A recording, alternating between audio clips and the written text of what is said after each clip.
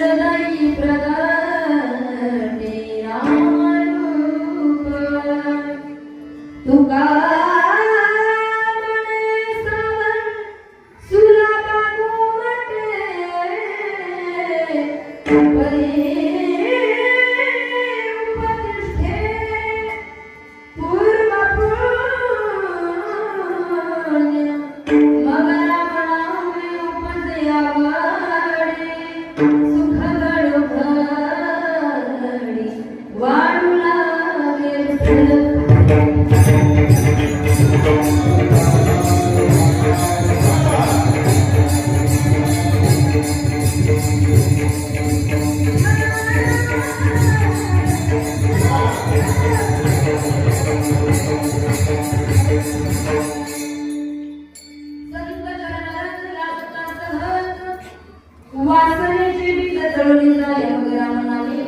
आवडी सुख गडगडी वाढू लागली.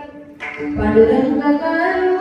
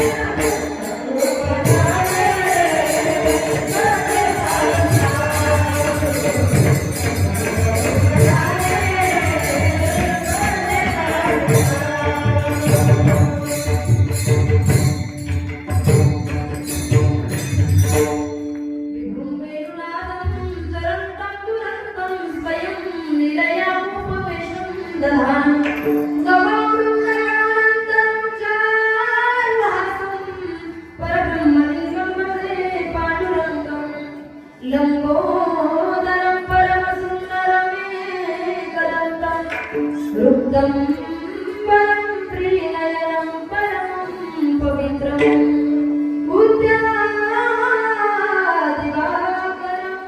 करोज्ज्वलकायकान्तं विघ्नेश्वरं सकलविघ्नं हरं नमामि। जन्मान्तस्य यतो मयादिकरदर्शनार्थेष्वभिद्यस्वरा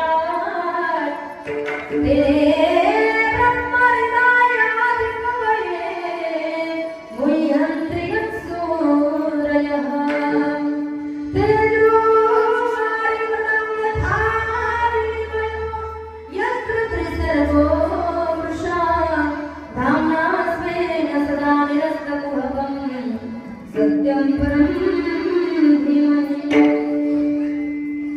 नारायणं नमस्कृत्य नरं चैव नरोत्तमं देवीं सरस्वतीं व्यासं ततो जयमुदीरये। राधा भक्ति हरि ज्ञान ताभ्यां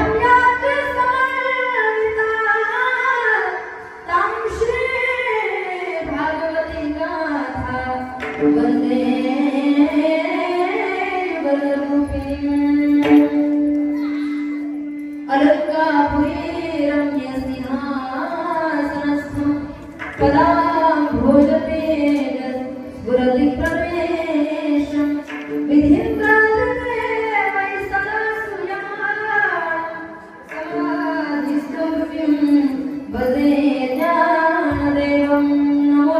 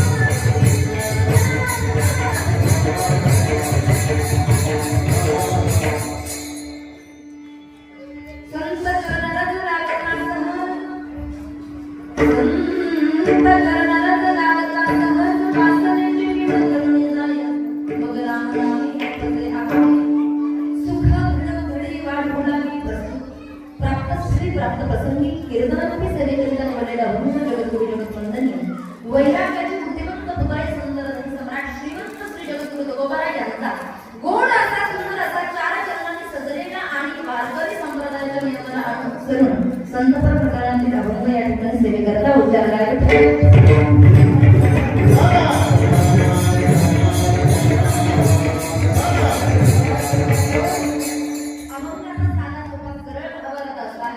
तुकोबाराय अभंगाच्या प्रथम चरणामध्ये होता संवचरण लागता सहज संतांचा चरणरज अंगाला सहज जरी लागलं तरी वासनेचं बीज त्या ठिकाणी जळून जातं. संत चरणरज लागता सहज जाणून बुजू नाही सहज वासनेचे बीज जळले जाय.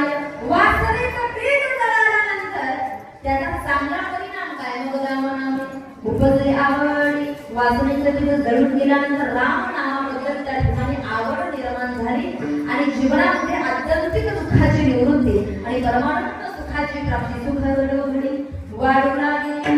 सुखाची प्राप्ती त्या ठिकाणी झाली. एवढंच नाही कंठातून प्रेम दाटून आला आणि नयनातून अश्रुधारा त्या ठिकाणी वाहायला लागल्या. कंठी प्रेम दाटे नयनी निरलोटे हृदयी प्रगटे राम रूप हृदयामध्ये रामाचं प्रभूचं वास्तव्य त्या ठिकाणी प्रकट झालं. तुकोबाराय म्हणतात ही सगळी साधना सोपी आहे.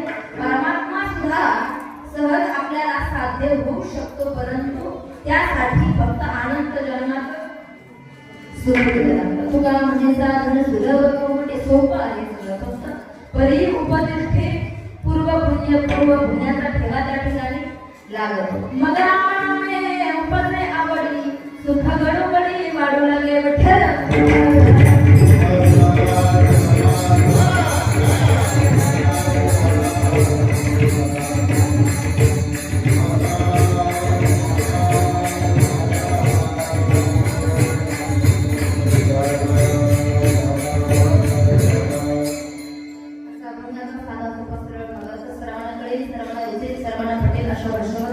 सांगण्याचा प्रयत्न केला.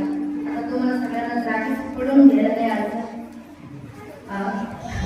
झोपायला काही अडचण झोपले नाही ना जेवण घातली करून आले पुरणपोळी. अभंगाचा साधा पत्र भगवंत तुमच्या समोर मांडला. अभंगावरती चिंतन करण्यापूर्वी फक्त 2 मिनिटाचा अर्थ परिहार द्यायचा तो म्हणजे असा.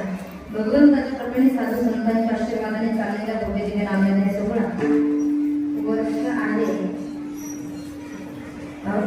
वर्षापासून हा सप्ताह या ठिकाणी सुरू आहे. कैलासवासी हरिभक्तीपरायण सदाशिव महाराज टेंबिरे कैलासवासी हरिभक्तीपरायण बाजीराव नाना तुर्के कैलासवासी हरिभक्तीपरायण वसंत महाराज नळकांडी कैलासवासी हरिभक्तीपरायण सर्जेराव पांगारे कैलासवासी हरिभक्तीपरायण ज्ञानोबा रोके कैलासवासी हरिभक्तीपरायण बंडोपंत टेंबिरे गुरुजी कैलासवासी हरिभक्तीपरायण बाजीराव केशव टेंबिरे कैलासवासी बबनराव नाना चव्हाण कैलासवासी रंगनाथ भाऊ टेंगिरे कैलासवासी वसंत भाऊ दिघे कैलासवासी बबन दसोबा रोटे कैलासवासी हिराभाऊ टेंगिरे विनेकरी मार्गदर्शक हरिभक्तीपरायण मालेकर महाराज किसन अप्पा ज्ञानोबा रोके अध्यक्ष दिंडी सोहळा श्री निरोबा विठ्ठल नळकांडे उपाध्यक्ष दिंडी सोहळ्याचे हरिभक्तीपरायण सौ पुनमताई योगेश रुके सरपंच श्री नानासाहेब नाना रोके माजी सरपंच सौ अश्विनी नळकांडे उपसरपंच श्री गणेश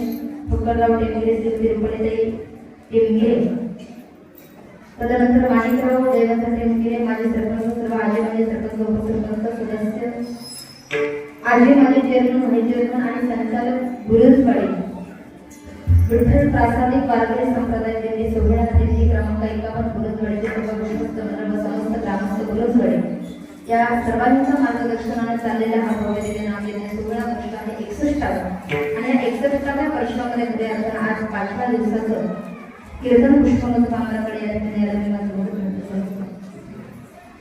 कीर्तनासाठी उपस्थित हरिभक्तीपरायण मृदंगाचे पदई ज्यांचा मृदंग वाचतो नाही बोलतो महाराजांच्या मृदंग वादनाचा नमन आहे प्रणाम आहे एकदा महाराजांसाठी जोरदार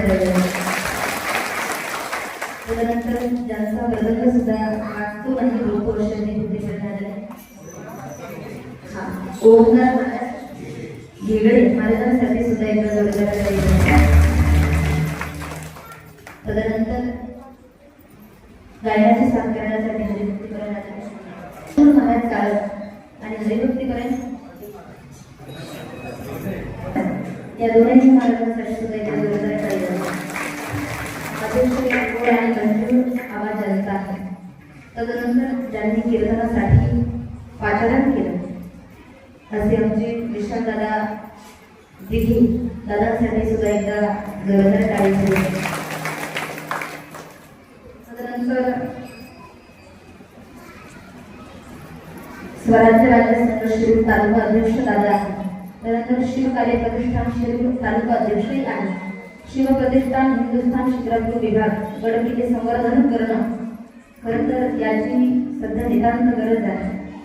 दुसरा महत्त्वाचा मुद्दा म्हणजे जी महाराष्ट्राला ज्याची गरज आहे स्वच्छता मोहीम स्वच्छता अभियान हेही ते राबवत असतात.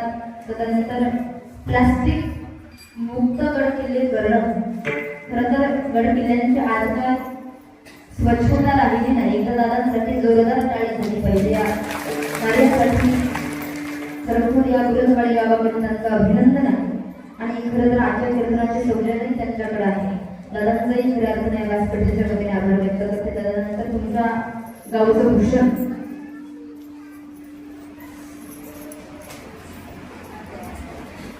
आदरणीय हरिभक्तीपरायण महाराष्ट्रातच नव्हे तर महाराष्ट्राच्या बाहेरही ज्यांनी गुरुद्वारीचं नाव त्या ठिकाणी उज्ज्वल केलं हरिभक्तीपरायण आदरणीय पूर्णताई जळगावने महाराष्ट्राच्या सुंदर अशा काही कथांसाठी एकदा जोरदार टाळी. इतक्या सुंदर अशा गावात एवढं नाव खऱ्या अर्थानं उज्ज्वल करणं आणि त्यांना साथ करणारे विशेषतः म्हणजे त्यांचे पतिदेव गणेश महाराज जळगाव महाराजांसाठी सुद्धा एकदा जोरदार टाळी. समशिष्टपणे दादा सोबदार बाबा कीर्तनकार व्यासपीठावर येता असतात सुद्धा दोनही जोरदार बाबांचं या ठिकाणी व्यासपीठाच्या वतीने आभार. माझ्यासोबत आलेले माझे पती हरिभक्तीपरायण आदरणीय रामेश्वरजी महाराज सोनवणे प्रथम विचार त्यांचं या ठिकाणी व्यासपीठाच्या वतीने आभार व्यक्त करते.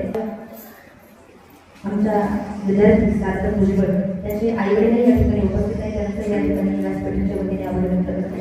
सगळी सांप्रदायिक मंडळी सर्वच महाराजांच्या चरणामध्ये प्रणाम दंडवत करते आणि माझ्या सेवेला आभार करते. विठ्ठल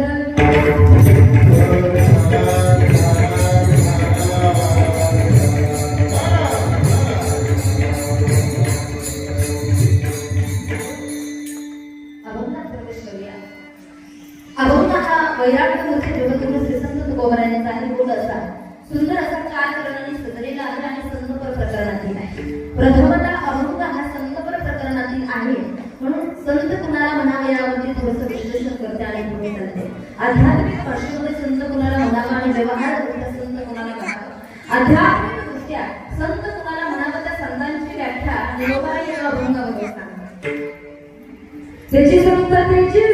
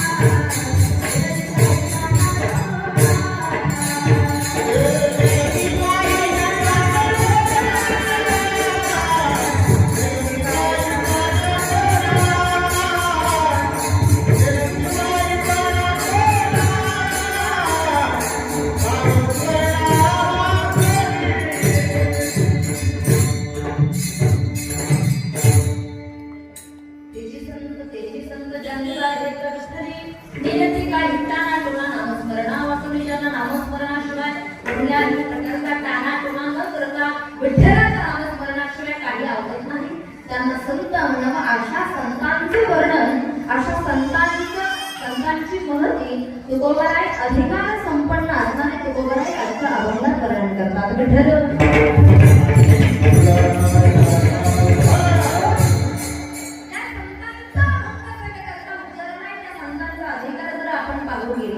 तर त्या संतांचा अधिकार तुकिता तुलने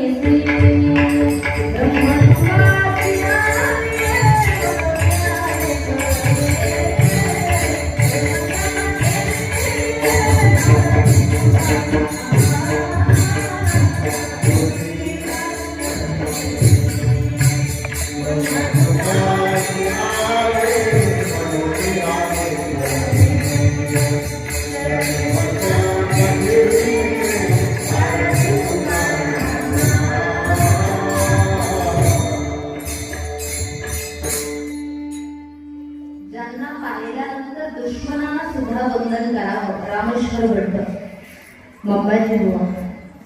ज्यांना पाहिल्यानंतर दुश्मनांना सुद्धा वंदन करावं हा तुकोबारायांचा अधिकार. अजून काय अधिकार आहे तुकोबारायांचा? संप्रदायाचा कलश जे पडले कलश स्थानी त्यांना मानल्या जातं. तुका झालाचे कलश भजन करा सावकाश वारकरी संप्रदायाचा जे कलश स्थानी आहे ते तुकोबाराय. कोण तुकोबाराय? जानकी पंचमवेद निर्माण केला. तुकोबारायांचा गाथा म्हणजे पंचमवेद आहे ते तुकोबाराय. गाथा म्हणजे सर्वसामान्य गोष्ट नाही. खऱ्या अर्थानं प्रत्यक्षात सरस्वतीच्या रूपानं प्रत्यक्षात सरस्वतीच जगद्गुरु तुकोबारायांच्या जिभेवरती सरस्वतीनं वास्तव्य करावं आणि अभंग रूपानं तुकोबारायांच्या मुखारविंदातून त्या ठिकाणी गाथा बाहेर पडा. तुकोबारायांची जी वाणी होती तीच खऱ्या अर्थानं अभंग होती. तुकोबारायांची बोलत होती तीच खऱ्या अर्थानं अभंग होते असं म्हणायला सुद्धा हरकत नाही. काय आहे तुकोबारायांची महाराजांनी सांगितलं. अनुरेणू या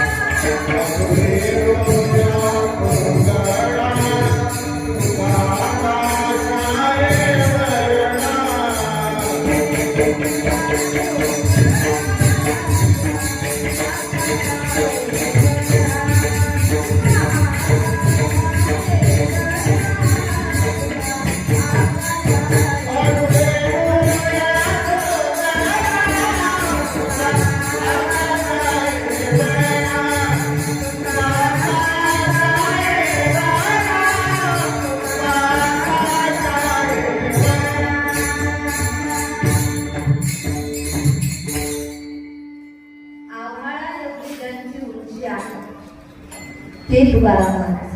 तुकोबारायांची ओळख जर करायची ठरली तर मला असं वाटतं आकाश सुद्धा त्यांच्या पुढं असं नाही म्हणायचं आपण आकाश जेवढी त्यांची उंची आहे अर्थ म्हणण्यापेक्षा मला असं वाटतं आकाश सुद्धा त्यांच्या पुढं ठेवणं आहे ते तुकाराम महाराज. एवढी मोठी व्यापकता तुकोबारायांच्या जीवनातली आहे तरी सुद्धा देवाकडे मागताना काय मागतात?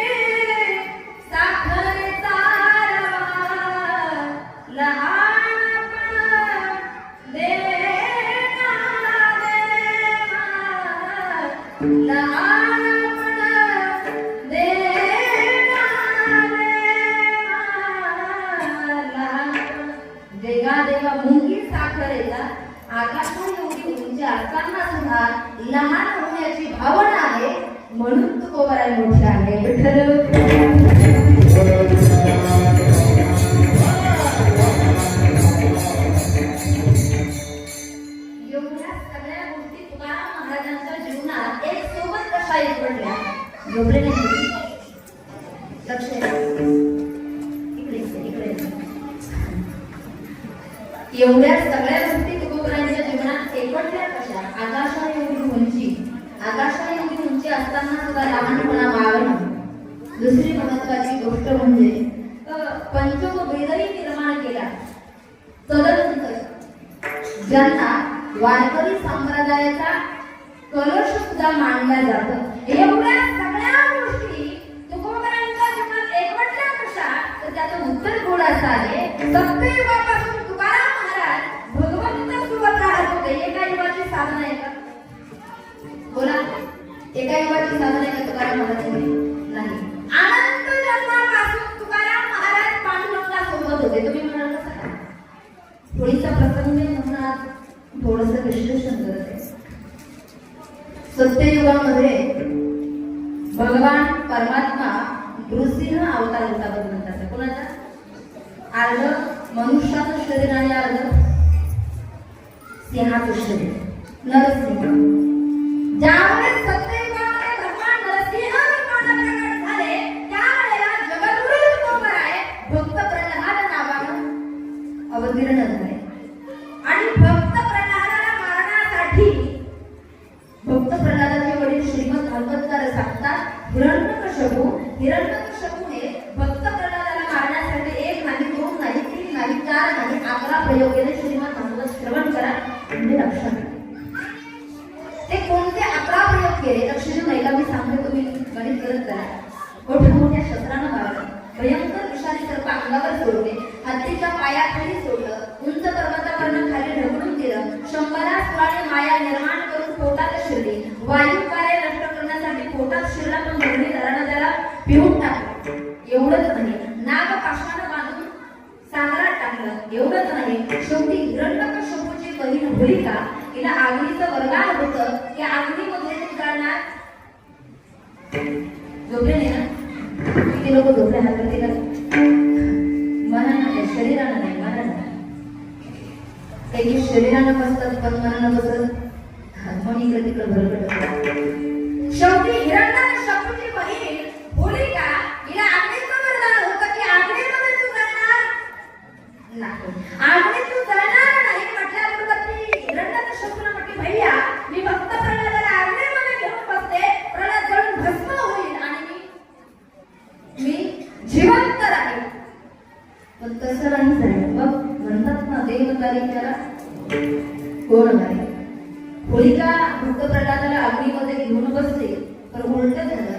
भक्त प्रल्हाद जिवंत निघाला आणि होलिका जळाली. त्या दिवशीपासूनच आपण होळी हा सण साजरा करतो आणि भोपा मारतो.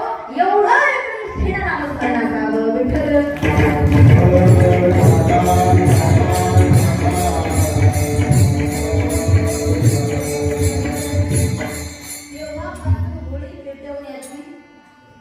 बोला पद्धत आहे. मला सांगायचं आहे, सत्ययुगामध्ये भगवान नरसिंह रूपाने प्रकट झाले. त्या काळामध्ये जगद्गुरु तुकोबराय कोण होते? प्रल्हाद होते. भक्त प्रल्हाद होते आणि भक्त प्रल्हादाचं संरक्षण करण्यासाठी भगवंतानं नरसिंह अवतार घेतला. भक्त प्रल्हाद खऱ्या अर्थानं त्याचं संरक्षण करण्यासाठी भगवान नरसिंहानं ज्यावेळेस अवतार घेतला, त्यावेळेला हिरण्यकश्यपू म्हटला, प्रभू तुम्ही मला मारू शकत नाही. का मारू शकत नाही? मला वरदान नाही म्हटले, मला जमिनीवर मारत नाही, मला आकाशात मारत नाही. भगवान म्हटले, मी तुला जमिनीवरही मारणार नाही, तुला आकाशातही मारणार नाही. तुझ्यासाठी मी मांडीची व्यवस्था केली आहे. मी तुला मांडीवर घेतलेलं आहे. आता मी तुला मांडीवर मारणार आहे. तरी भगवान तुम्ही मला मारू शकत नाही. का मारू शकत नाही? मला वरदान आहे. मला घराच्या बाहेर मारत नाही, मला घराच्या आत मारत नाही. तसं नाही रे राक्षसा, तुझ्यासाठी स्पेशल मी उंबरठ्याची जागा निवडली. कोणती? तुला मी घराच्या बाहेरही मारणार नाही आणि घराच्या आतही मारणार नाही. तुझ्यासाठी मी स्पेशल जागा निवडली, त्याचं नाव आहे उंबरठा. प्रत्येक घराचा उंबरठा ही भगवान नरसिंहाची जागा आहे. कोणाची? म्हणून कधीही उंबरठ्यावरती बसायचं नाही. दुसरा महत्वाचा मुद्दा, उंबरठ्यावरती केस विंचरायचे. तिसरा महत्वाचा मुद्दा, उंबरठ्यावरती केसातले प्राणी काढून मारायचे नाही. चौथा महत्वाचा मुद्दा, उंबरठ्यावरती बसून अभ्यास करायचा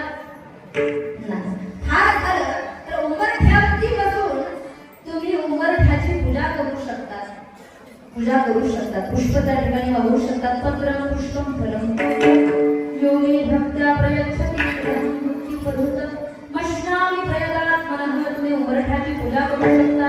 उंबरठ्याचं नित्य नेमानं दर्शनही करू शकतात. होता होईल तेवढं करा. त्याचं कारण असं आहे, उंबरठा ही भगवान नरसिंहाची जागा आहे. त्या उंबरठ्यात अनेक महात्मे घडले जातात. म्हणून उंबरठ्याची पूजा केली पाहिजे.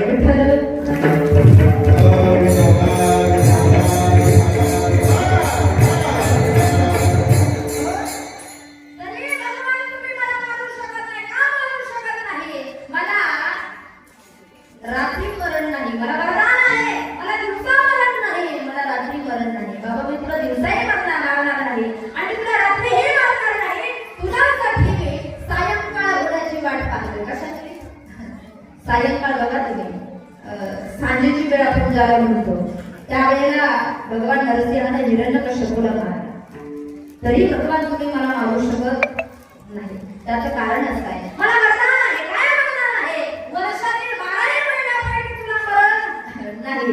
भगवान म्हटले चिंताच करू नको, तुझ्यासाठी मी स्पेशल महिना काढला, अधिक मास. कोणता? 12 महिन्यापैकी तुला एकही महिन्यात मारणार नाही. तुझ्यासाठी मी स्पेशल महिना काढला. कोणता? अधिक मास. नाही का?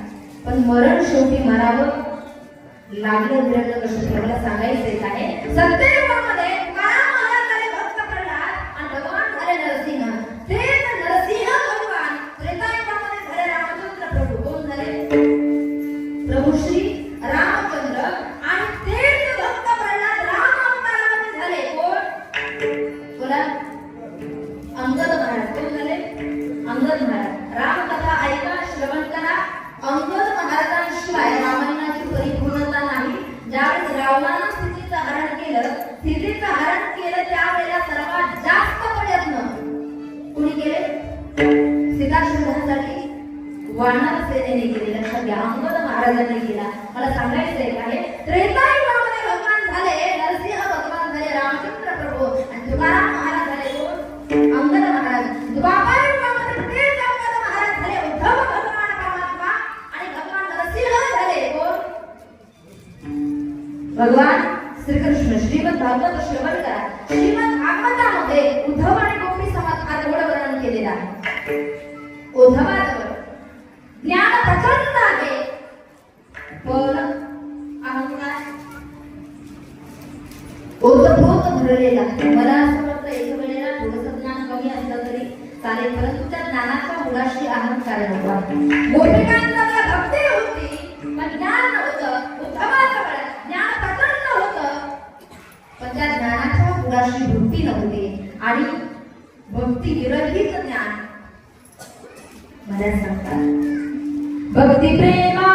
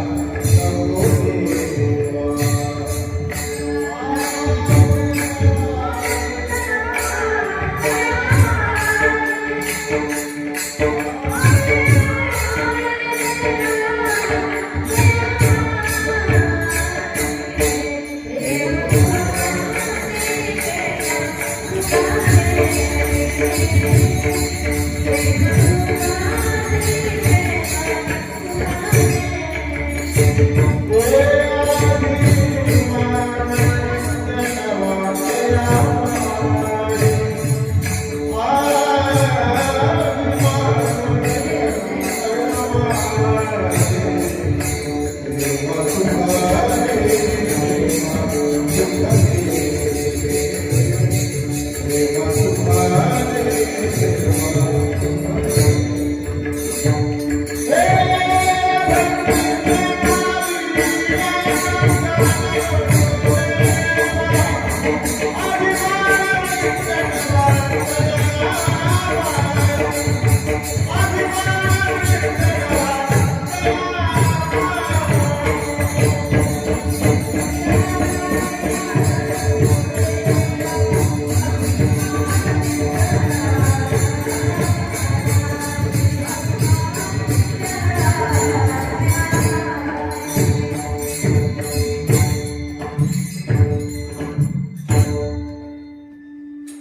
भक्ती प्रेमा ज्ञान देवा अभिमान नित्या तयामध्ये उद्धवाजवळ ज्ञान होतं पण भक्ती नव्हती. झोपले नाही तुम्ही?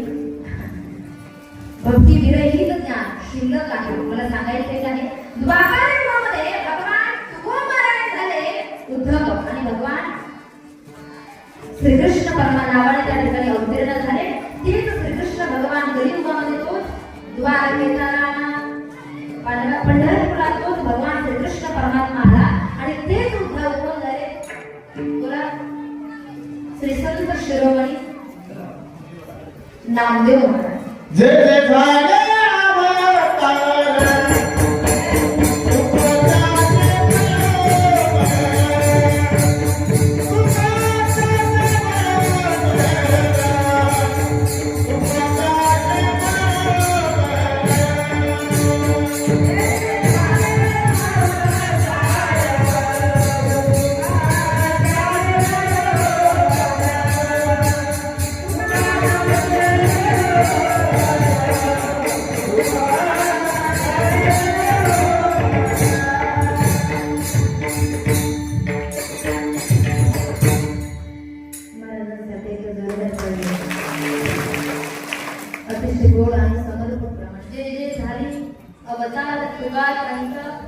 बरोबर तेच उद्धव भगवान परमात्मा नामदेव महाराज झाले आणि नामदेव महाराजांनी वारकरी संप्रदायाची पताका महाराष्ट्रातच नव्हे थेट महाराष्ट्रातून पंजाबापर्यंत वारकरी संप्रदायाची पताका पोहोचवण्याचं काम कोणी केलं असेल तर ते म्हणजे आहे संत शिरोमणी श्री नामदेव महाराज. जगद्गुरु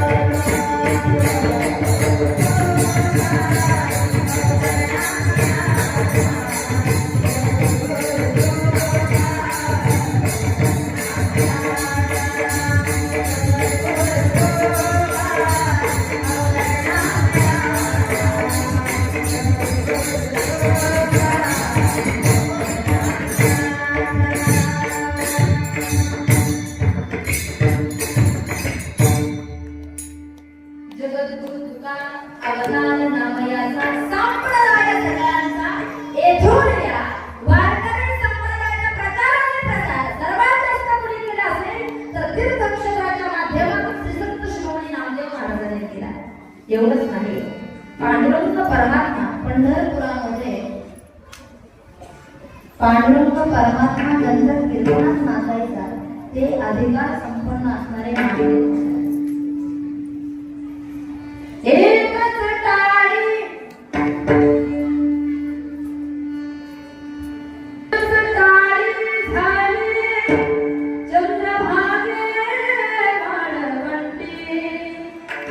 एकच टाळी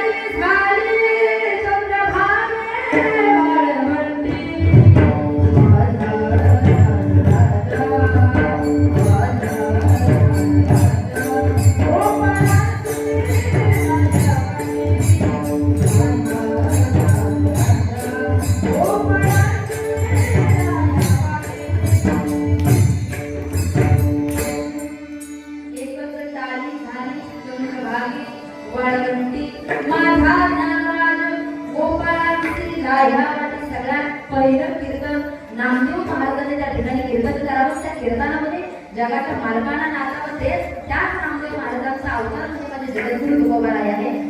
राहिलेल्या अभंगांचा विस्तार तुकोबारायांनी केलेला आहे. नामदेवरायांचा अवतार सोडून तुकोबारायांच्या अवतारामध्ये आणि अशा अधिकार संपन्न असणारे तुकाराम महाराज त्यांनी आजच्या अभंगामध्ये लिहिलं नेमकं काय, सांगितलं नेमकं काय, तुकोबारायांनी जो गाथा लिहिला, तुकोबारायांचा गाथा म्हणजे त्यांचा अनुभव त्यामध्ये प्रकट केलेला आहे. तुकोबारायांचे जीवन जगले, ते जीवन म्हणजे तुकोबारायांचा गाथा किंवा त्यांचा अनुभव आहे. त्यातच एक अनुभव तुकाराम महाराज प्रकट करत आहे आजच्या अभंगाच्या प्रथम चरणामध्ये.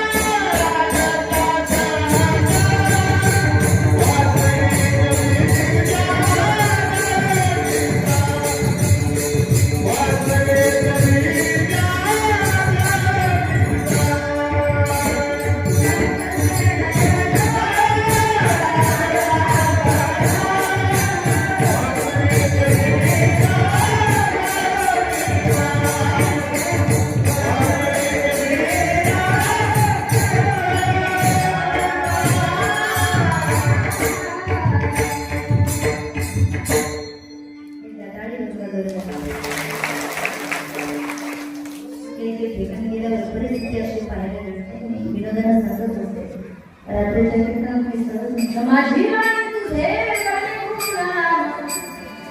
मागची मंडळी म्हणतात माझी माणी तुझे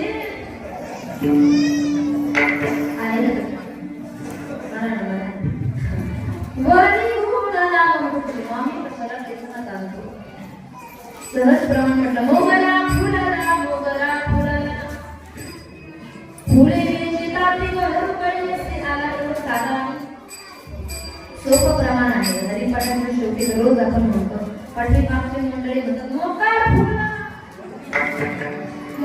फुलला फुले वेचायला गेला तसाच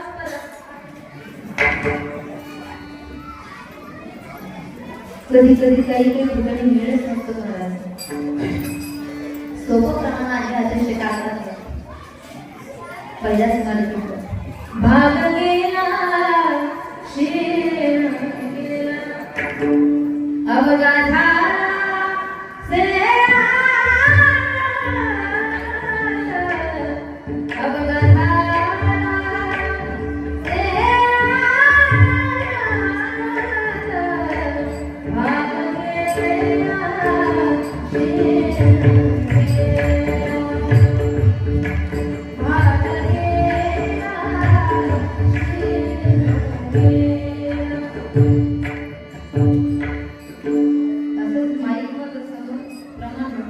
नाट्य मंडळी म्हणतात भाग्या भाग्या भाग्या गेला एवढं म्हणून थांबत नाही मग अवघात आला काय झालं इथं कोणी ते नाव जरी असेल तर तिकडं सांगत नाही तिकडचं सांगतो तिकडे गेला वेगळं भाग्या गेला अभंगाच्या प्रथम जळामध्ये तो कोबरा जळण करता संत चरण लागता सहज संतांत चरण जरी अंगाला लागलं तर वाचण्यासाठी जळून जातं चरण शब्दाचा अर्थ वाचार्थ घ्यायचा नाही त्याच्या पाठीमागचा लक्षार्थ घ्यायचा नंतर एकाने सुरुवात केली संतांची पाऊल ज्या ज्या ठिकाणी पडतील तिथे पायाची माती उतरायची गोळी भरायची आणि गोळी भरायच्या संतांचं पाऊल त्या ठिकाणी पडलं की तिथली माती उतरून गोळी भरायची दुसऱ्यानंतर डायरेक्ट गोळ्यात भरायला सुरुवात केली गोळ्या भरून विकायला सुरुवात केली का संत सरळ सरळ अर्थ घ्यायचा नाही एकानं संतांचे पायच जरी कापून आणले झोपले नाही तुम्ही वाचार्थ त्या ठिकाणी घ्यायचा नाही त्याच्या पाठीमागचा वेदांतिक अर्थ घ्यायचा लक्षार्थ घ्यायचा संत चरणार्थ लागता सहज सर्वसामान्य वाचकांतर वारा आला सुसाट्याचा आणि त्या वाऱ्यामध्ये खालची रजपट त्या ठिकाणी उडून मात्र हवेमध्ये मिसळले आणि ते जर आपल्या डोळ्यात गेले तर कदाचित मला असं वाटतं आपले डोळे झाकतात बंद होतात ना होतात सर्वसामान्य धूळ जर डोळ्यात गेली तर कदाचित डोळे झाकल्याशिवाय राहत नाही पण संतांची खरी धूळ कोणती त्याच्या पाठीमागचा पण जरा मार्गदर्शन केलं पाहिजे संतांची खरी धूळ आहे संतांच्या ज्ञानाच्या स्वरूपामध्ये केले ते संत मागे उठावली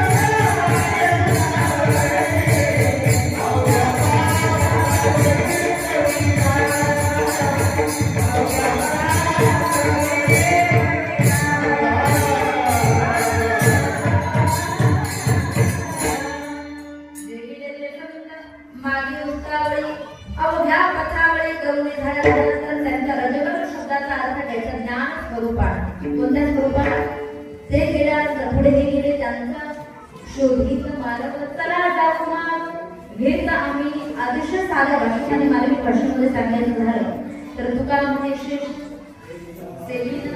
आवडी वचन मोडी बोलले खऱ्या अर्थाने त्यांचं रजकन असं म्हणायला हरकत नाही सगळं जाऊन शिल्लक राहिलं पंचमहाभूत पृथ्वी आकाश वायू आकाश हे जाऊन शेष राहिलेल्या कारणांना आवडीने आणि आदराने त्या ठिकाणी सेवन करायचं आहे किंवा संतांनी पाठीमागचं मुष्ट ठेवलं मुष्ट म्हणजे काय इथे वाचायला घ्यायचं नाही त्याच्या पाठीमागचा लक्षार्थ घ्यायचा आहे ग्रंथ रूपानं संतांनी जे पाठीमागं उच्चिष्ट ठेवलं ते खऱ्या अर्थानं सर्वसामान्य जीवानं ग्रहण करायचं आहे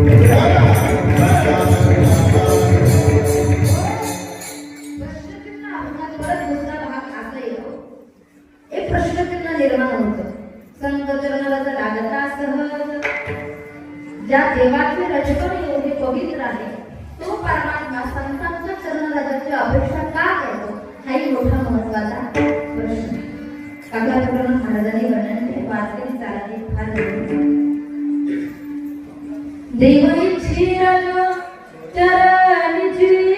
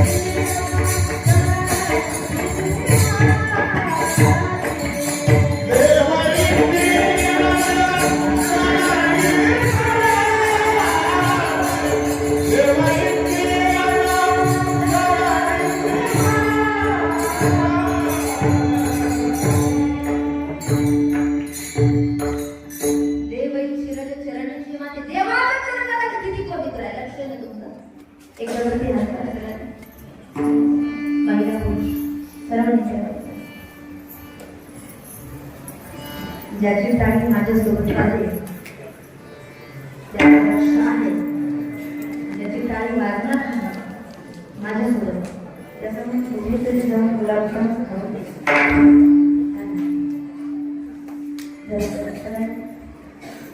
हा माझ्यासोबत मी वाजवून देते माझ्यासोबत.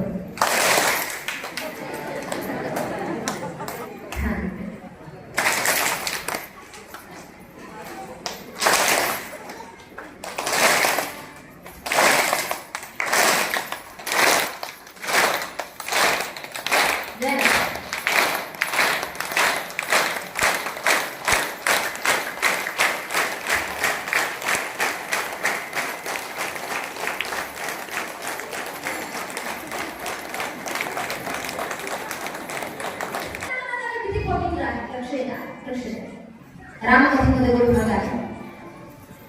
प्रभू श्री रामचंद्रजी लखनजी आणि जानकी मैया सीता वनवासाला जाण्यासाठी त्या ठिकाणी निघतात कैकेयी मातेच्या सांगण्यावरून. आणि पहिलाच मुक्काम त्यांचा तमसा नदीच्या किनाऱ्यावर पडतो. दुसरा मुक्काम त्यांचा गंगा किनाऱ्यावरती पडतो. आणि गंगा किनाऱ्यावरती पडल्यानंतर सकाळी प्रभू उठतात.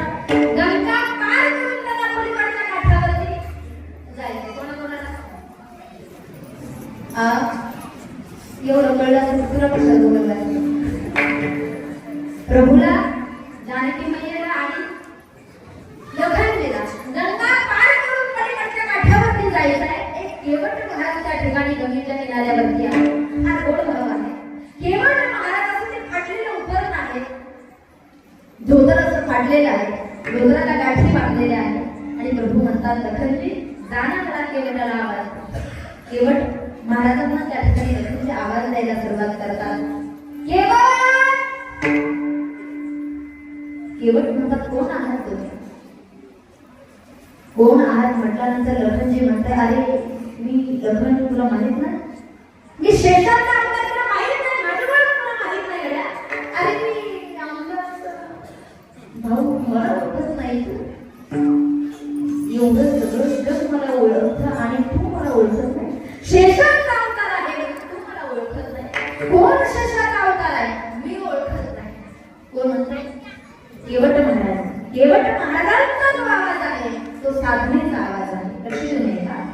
आणि लखनजीचा जो आवाज आहे तो श्रीमंतीचा आवाज आहे. श्रीमंतीने कधी साधनेची बरोबरी करायची नसते. सिद्धांत असा आहे, ज्ञानोबांना जाऊन 700-750 वर्ष झाले, अजून एक साधना जिवंत आहे. श्रीमंत हा एकदा की श्रीमंत स्मशानात चालला की त्याबरोबर त्याची श्रीमंती सुद्धा जवळ भस्म होते. म्हणून एका श्रीमंताला कधी साधनेची बरोबरी करायची नसते. लखनजीचा जो आवाज आहे तो श्रीमंतीचा आवाज आहे. केवटाचा जो आवाज आहे तो साधनेचा भक्तीचा आवाज आहे. कोणही लखनजी नाही ओळखत. त्याच्या कामामध्ये व्यस्त आहे. नावेमध्ये इकडच्या काठावरती लोक भरायचे, पलीकडच्या काठावरती जाऊन पोहोचायचे, परत तिकडून लोक भरायचे, परत इकडच्या काठावरती आणून सोडायचे. प्रभू विचार करताय. प्रभू म्हणताय लखन जा ना, आवाज दे केवट. काय करावं प्रभू? मी वारंवार त्याला आवाज देतोय तरी केवट इकडे यायला तयार नाही. प्रभू विचार करतात लखन हा जरा गरम डोक्याचा आहे, गरम स्वभावाची माणसं कशी असतात तुम्हाला माहित आहे. प्रभू म्हणतात लखन सिट डाऊन. आता प्रभू आवाज देतात केवट अरे असं काय करतो बाबा, आम्हाला पलीकडच्या काठावरती जायचंय, लवकर ये. तुझी नाव आम्हाला पलीकडच्या काठावरती जाण्यासाठी लागते बाबा, असं करू नको. आम्हाला नावेमध्ये बसून पलीकडच्या काठावरती घेऊन जा. त्यावेळेला केवट महाराज म्हणताय प्रभू मी येणार नाही. प्रभू म्हणतात काय रे बाबा, असं काय करतो, आम्ही बोलावतो तरी तू काय येत नाही रे. केवट महाराज म्हणताय प्रभू माझे मित्र तुमचे भक्त तुम्हाला बोलवतात तरी तुम्ही येत नाही ना, तसं आता तुम्ही मला बोलवतात तरी मी येणार नाही. तुम्ही बोलवतात तरी मी येणार नाही. असं करू नको बाबा, आम्हाला पलीकडच्या काठावरती त्या ठिकाणी नेऊन पोहोचव म्हटल्याबरोबर हरकत नाही म्हटले. अगोदर मला तुम्ही पाय धुवू द्या. खऱ्या अर्थानं केवट महाराज म्हणतात तुमच्या प्रभूचं कर्म मी जाणून आहे. तुमच्या प्रभूचे चरण माझ्या नावेला लागले तर चरणरज लागायला नको, चरणरज लागायला नको. चरण काढण्याची व्यवस्था, चरणरज काढण्याची व्यवस्था आहे, पण चरणरज काढण्याची व्यवस्था सगळ्यात पहिले चरणरज का तुमच्या प्रभूच्या मागं नावेला नको. लखनजीला केवट महाराज सांगताय म्हटले, तुम्ही लहान होते. लखनजी म्हटले, हो आम्ही लहान होतो. तुम्ही लहानचे मोठे झाले म्हटले, हो आम्ही लहानचे मोठे झालो. तुम्ही 16 वर्षाचे झाले म्हटले, हो आम्ही 16 वर्षाचे झालो. तुम्हाला घेण्यासाठी विश्वामित्र आले म्हटले, हो आम्हाला घेण्यासाठी विश्वामित्र आले. विश्वामित्र तुम्हाला घेऊन गेले त्यांच्या यज्ञाचं संरक्षण करण्यासाठी. मारीचाने स्वभाव घेत होता, राक्षसाचे विघ्न आणत होते. त्यांना तुमच्या प्रभूने त्यांचा वध केला म्हटले, हो वध केला. विश्वामित्राचा यज्ञ सुखरूप पार पडला म्हटले, हो सुखरूप पार पडला. आणि विश्वामित्राचा यज्ञ झाल्यानंतर मिथिलेच्या दिशेने तुम्ही तिघही निघाले. कोण सांगताय? केवट महाराज लखनजीला सांगताय, प्रभूचा महिमा, तुमच्या प्रभूचा महिमा मी जाणून आहे, म्हणून माझी नाव मी तुम्हाला बसण्यासाठी देणार. म्हटले, हो आम्ही मिथिलेच्या दिशेने त्या ठिकाणी निघालो. आणि मिथिलेच्या दिशेने निघाल्यानंतर आश्रम तुम्हाला रस्त्यामध्ये एक ओसाड पडलेला आश्रम दिसला. आणि त्या आश्रमामध्ये तुम्ही प्रवेश केला. फार दिवसापासून जिथे कुठला उभारलेला होता, परंतु आहोती दिलेली दिसत नव्हती. ओसाड पडलेला आश्रम आहे. त्या ओसाड पडलेल्या आश्रमामध्ये एक स्त्री शिळा गुण पडलेली आहे. तिचं नाव आहे अहिल्या. म्हटली, तुम्ही त्या आश्रमात आले? म्हटले, हो केवटाला मी त्या आश्रमात आलो. तुमच्या प्रभूच्या चरण रजानं एका दगडाची बाई झाली. म्हटले, हो आमच्या प्रभूच्या चरण रजानं एका दगडाची बाई झाली. आता केवटाचा भाव सांगताय, लखन माझी नाव मी तुम्हाला देणार नाही. त्याचं कारण असं आहे, तुमच्या प्रभूचे चरण रोज इतके पवित्र आहे की तुमच्या प्रभूच्या चरण रजानं एका दगडाची बाई होते. माझी नाव तर त्याच्यापेक्षा फार मृदू आहे. म्हटले, तुमच्या प्रभूच्या चरण रजानं तर एका दगडाची बाई होते आणि माझी नाव त्याच्यापेक्षा मृदू आहे. तुमच्या प्रभूचे चरण रज जर माझ्या नावेला लागले आणि माझ्या नावीची ही दुसरी बाई झाली तर एकीनाच एवढे डोके दुखे की दुसरी दोन कुठं सांगू. हा केवटाचा भाव त्या ठिकाणी आहे. मला सांगायचं आहे काय, प्रभूचे चरण सुद्धा इतके पवित्र आहे, इतके पवित्र आहे. एक पाय धुतात, दुसरा पाय धुतात, परत प्रभू खऱ्या अर्थानं तो पाय खाली ठेवतात, परत धुवून त्याला लटकते. केवट आपल्या डोक्याला त्या ठिकाणी हात लावतात. अरे असं काय करतो बाबा, दुसरा पाय धुवून डोक्याला कशाला हात लावतो प्रभू? तुम्हाला डोकं नाही म्हणून मी माझ्या डोक्याला हात लावतो. काय तुम्हाला डोकं नाही? एवढा अधिकार केवटाचा होता.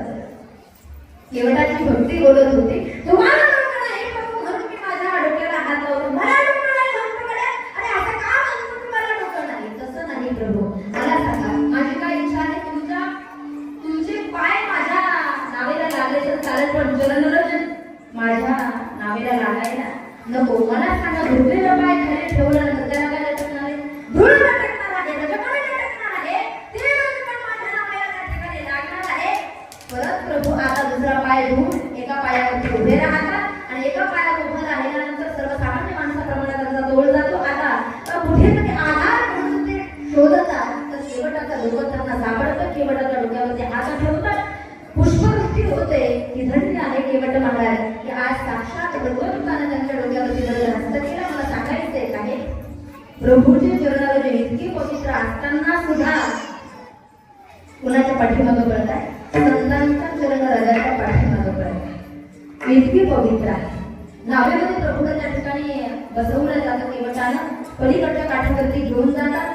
परत केवटाला वाटलं, प्रभूला वाटलं बरं झालं एकदाच या भक्ताच्या तावडीतून सुटलो, आता पटकन आपण पलीकडच्या काठावरती उतरून घेऊ. परत केवट महाराज स्टेरिंग फिरवतात. परत अलीकडच्या ऐकायला परत अलीकडच्या काठावर लखनजी म्हणतात, आता सांगा ना तुमच्या भावाला काही, या काठावर त्या काठावर, या काठावर त्या काठावर, त्या काठावर या काठावर.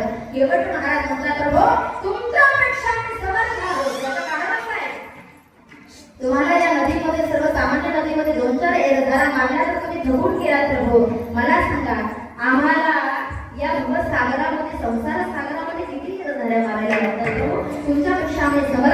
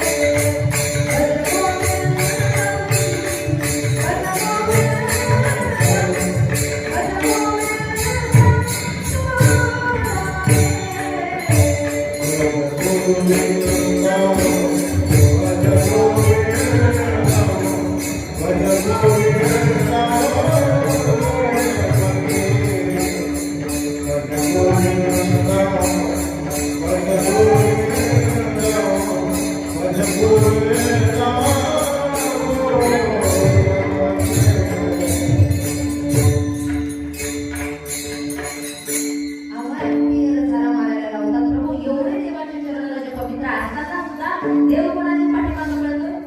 संतांच्या चरणराजाचा पाठीमागे. एकदा भगवंताचं एवढं डोकं दुखायला लागलं, एवढं डोकं दुखायला लागलं, देवाला सांगितलं नारदा काहीही करा, संतांचे चरण धूळ त्या ठिकाणी घेऊन या. संतांचे चरण धूळ घेऊन आल्याशिवाय माझं डोकं दुखायचं थांबणार नाही. नारद हे विसरले होते की आपण स्वतः संत आहोत. सगळ्या संतांकडे चौकशी केली की तुमच्या पायाची चरण धूळ भेटेल का? प्रभूंचं फार डोकं दुखलंय. सगळे संत देवापाशी उपस्थित. नारदा काही कळतं की नाही म्हटले का?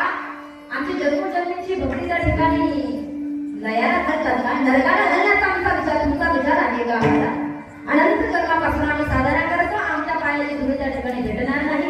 म्हणून नारद महर्षी वृंदावनामध्ये गेले आणि तिथं गोपिकांना विचारलं. गोपिकांचा आधीच त्यांना माहित होता. गोपिकांनो, भगवंताचं फार डोकं दुखतंय, तुमच्या चरणरजाची त्या ठिकाणी धूळ भेटेल का? गोपिका म्हटल्या, नारदा कुंटलनी पाहिजे का, पोत्याने पाहिजे का, ट्रॅक्टर कशी पाहिजे ते सांगा, आम्ही द्यायला तयार आहोत. गोपिकांना तुम्ही द्यायला तयार आहात, पण मला सांगा तुमच्या चरण धुळीने जर तुम्ही नरकाला गेलात तर चरण धुळी द्यायला तुम्ही तयार आहात, पण भगवंताच्या डोक्याला लावायचे तुम्ही नरकात गेलात तर? गोपिकांनी फार गोड उत्तर दिलं. नारदा, आमच्या पायाच्या चरण धुळीने जर भगवंताचं डोकं दुखायचं थांबत असेल तर आम्ही आमची चरण धुळ द्यायला तयार आहोत. पण ती चरण धुळ दिल्याने आम्ही जर नरकात जात असेल तर मला असं वाटतं भगवंतासाठी आम्ही नरकात सुद्धा जायला तयार आहोत, फक्त प्रभूचं डोकं दुखणं थांबलं पाहिजे. म्हणून गोपिकांबद्दल असं बोलल्या जातं, मोहे भागया मुरलीवाला, मोहे भागया मुरलीवाला, बनी में जो कन्हैया, बनी में जो कन्हैया, मोहे बंसी बनाने वाला,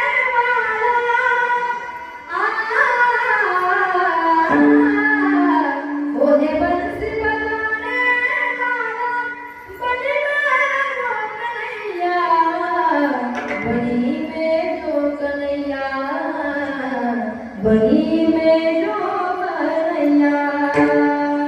गोपिकांची भक्ती महान होते दादा. गोपिकांच्या चरण राजाला भगवंताचं डोकं सुद्धा दुखणं थांबवलं. विठ्ठल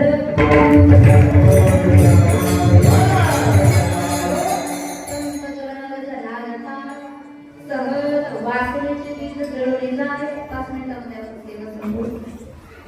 मेवाड प्रांतामध्ये मीराबाईचा त्या ठिकाणी जन्म झाला आणि दासोदासी घरामध्ये कामासाठी होते.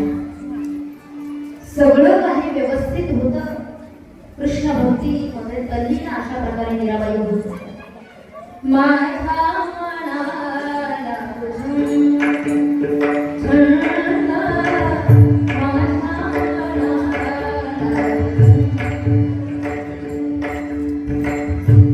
नित्य गोविंदा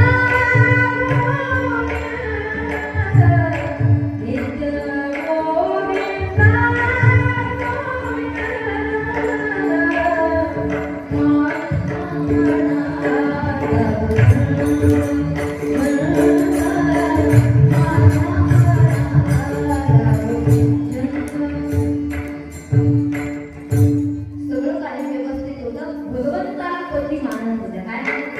देवा सगळे नाते नाशवंत देहाशी सोडून टाकले होते.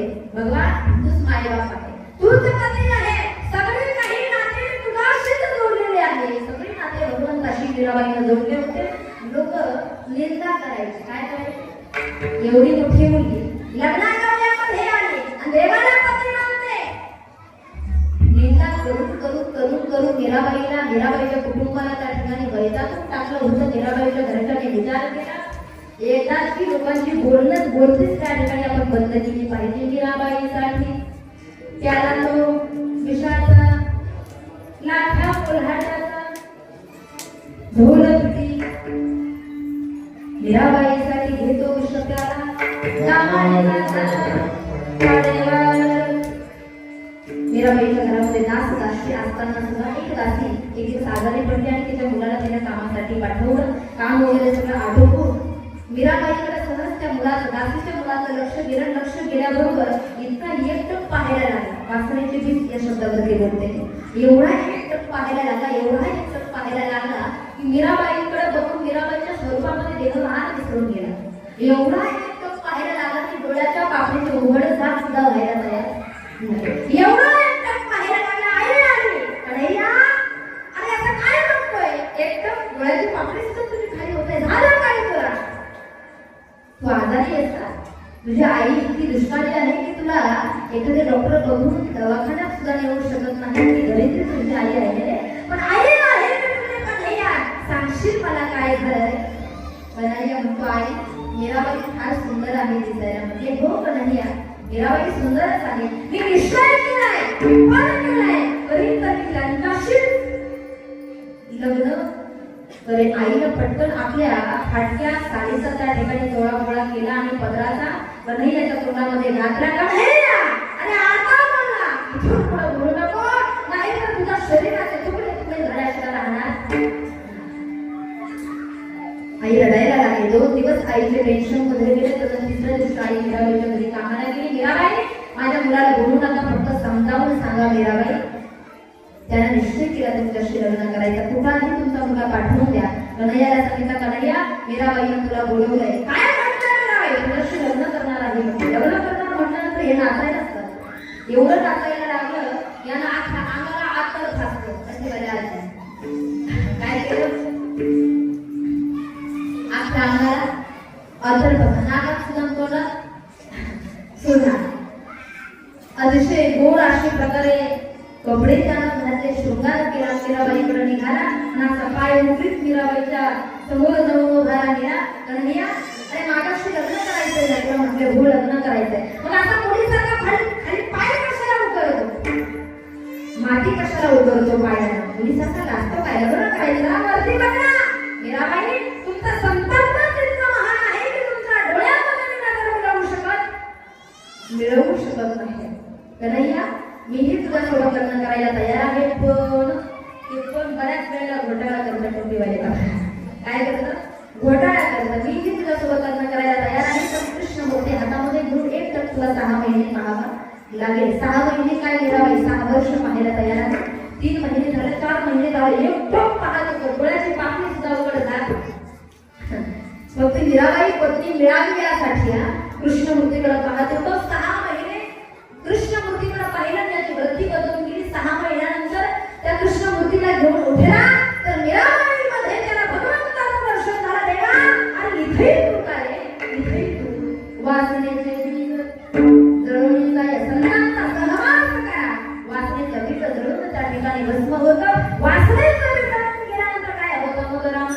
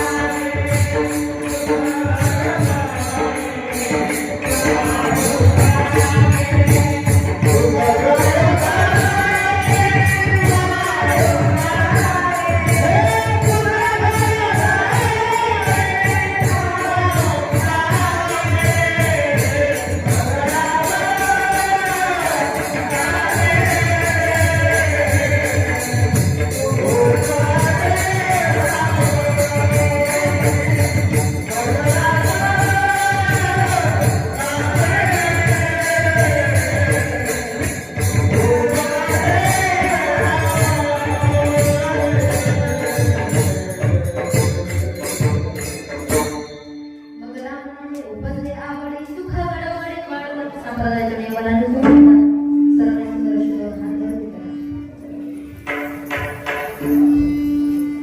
स्त्री आहे पुरुष आहे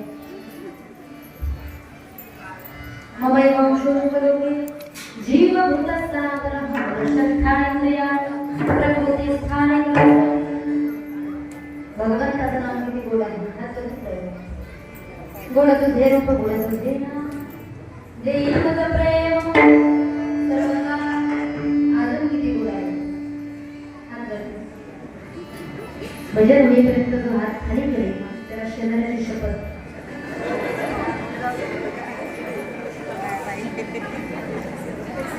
अमृता होणे गोड नाम तुझे देवा मन माझे केशवा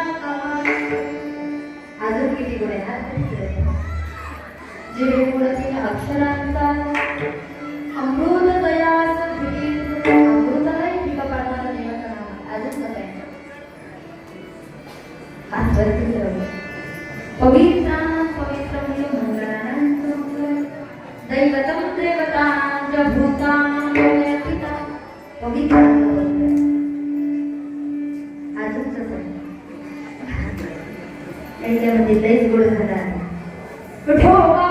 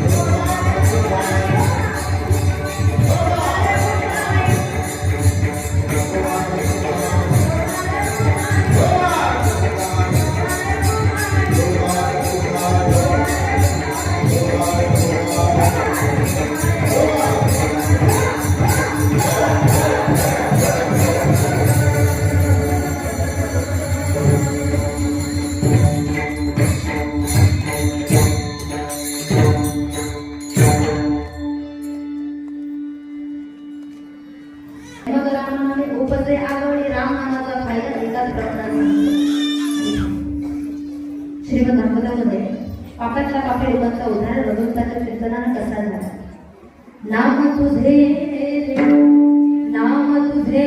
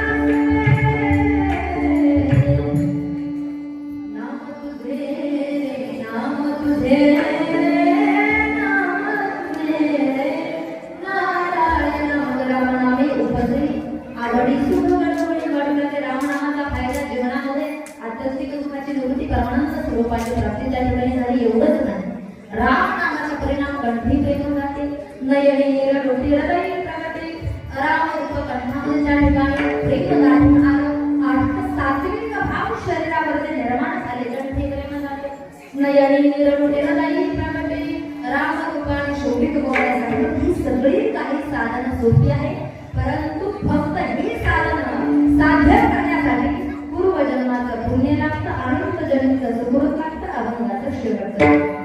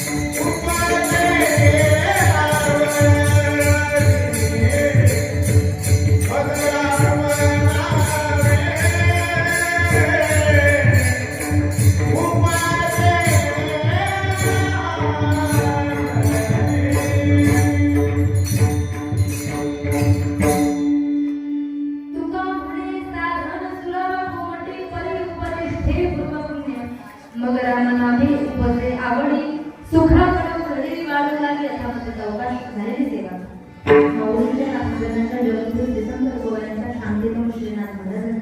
छत्रपती शिवरायांच्या छत्रपती संभाजी महाराजांच्या सद्गुरू जोग महाराजांच्या सर्व समर्थ मायापंच जन्मदाते मायापंच श्रीगुरूंच्या चरणी आजची ही सेवा समर्पित करून ज्या संतांनी परमार्थाचा मार्ग दाखवला त्यांचं एकदम मोठ्या प्रेमाने तत्पूर्वी कीर्तन सेवेसाठी उपस्थित आदरणीय हरिभक्तीपरायण त्यांनी गोड अशा प्रदर्शनाची साथ केली असे हरिभक्तीपरायण महाराज पदई आणि ज्यांनी गोड अशा प्रदर्शनाची साथ केली असे ओंकार महाराज महाराजांनी महाराजांसाठी एकदा पुनश्च जोरदार टाळी टाळक महाराज लक्ष्मण महाराज टाळक महाराजांसाठी सुद्धा एकदा जोरदार टाळी त्यांना साथ द्यावी हरदेव महाराज गोविंद महाराज या सर्व मंडळींसाठी एकदा परत जोरदार टाळी दोन सोबदार काका असतील ज्यांनी कीर्तन सौजन्य घेतलं असे म्हणजे हरिभक्तीपर्यंत विशाल दादा देवी दादांचं या ठिकाणी व्यासपीठाच्या वतीने आभार आणि त्यांचेच बंधू दादा काळूराम देवी दादासाठी सुद्धा दोन्ही दादासाठी जोरदार टाळी दिली जाईल. महाराज मंडळी या गावचं दृश्य महाराष्ट्रातच नव्हे तर महाराष्ट्राच्या बाहेर ज्यांचा आवाज पोहोचला अशा गाणकोट्या हरिभक्तीपर्यंत आलेले पुणताई लडकाचे साईंसाठी सुद्धा एकदा जोरदार टाळी दिली जाते. त्यांचं कीर्तन झाल्यानंतर भोजन सेवा आहे. त्यांचे मिस्टर हरिभक्तीपर्यंत गणेश महाराज नागंडे महाराजांचं या ठिकाणी व्यासपीठाच्या वतीने आभार व्यक्त करते. दोन जोरदार समोर बसलेले मायबाप आमच्या संस्थेचे विद्यार्थी सार्थक महाराज भुजबळ पूजाताई गुरकर त्यांचं या ठिकाणी व्यासपीठाच्या वतीने आभार व्यक्त करते. झालेली सेवा माऊलींच्या चरणी या ठिकाणी समर्पित करते. माझ्यासोबत आलेले माझे प्रतिदेव हरिभक्तीपर्यंत रामेश्वर महाराज सोनवणे त्यांचं या ठिकाणी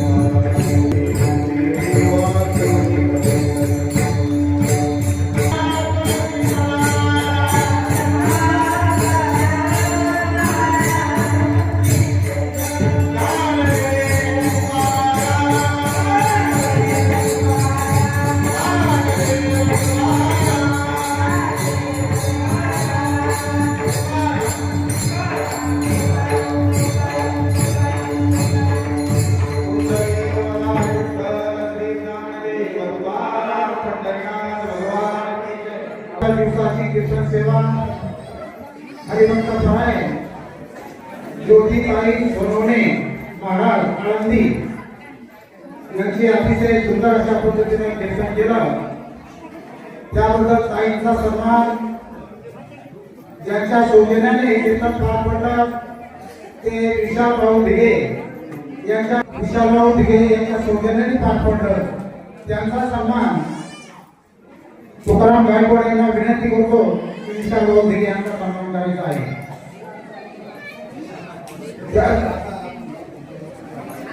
त्याप्रमाणे महाराजांच्या समवेत ज्या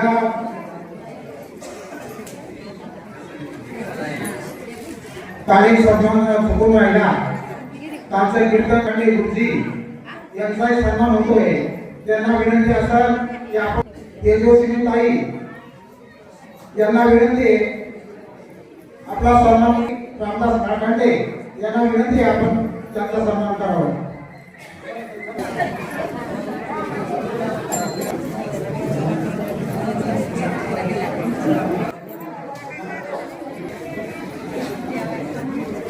आज